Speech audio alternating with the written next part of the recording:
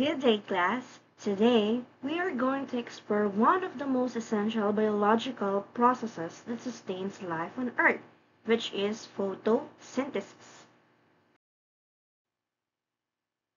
So, what is photosynthesis? From the word photo, it means light, and synthesizes creating, so meaning you are putting up together with the sunlight.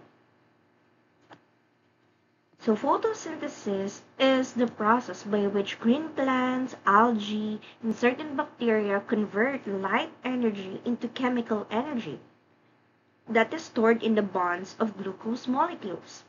This process not only provides food for the organism itself but also releases oxygen, which is vital for most living organisms.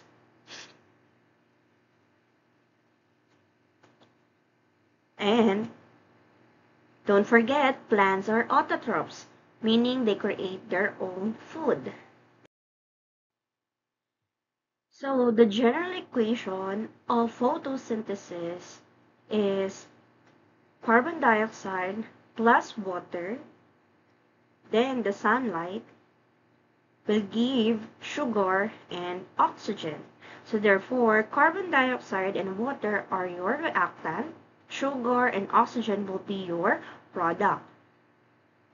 Or the reactant is the input and the product is the output. That means 6 molecules of carbon dioxide and 6 molecules of water in the presence of light energy produce 1 molecule of glucose and 6 molecules of oxygen.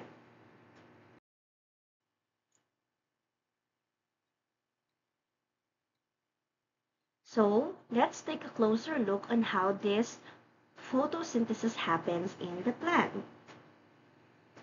By receiving and intaking carbon dioxide and water, the plant will give oxygen and glucose. So how does this happen?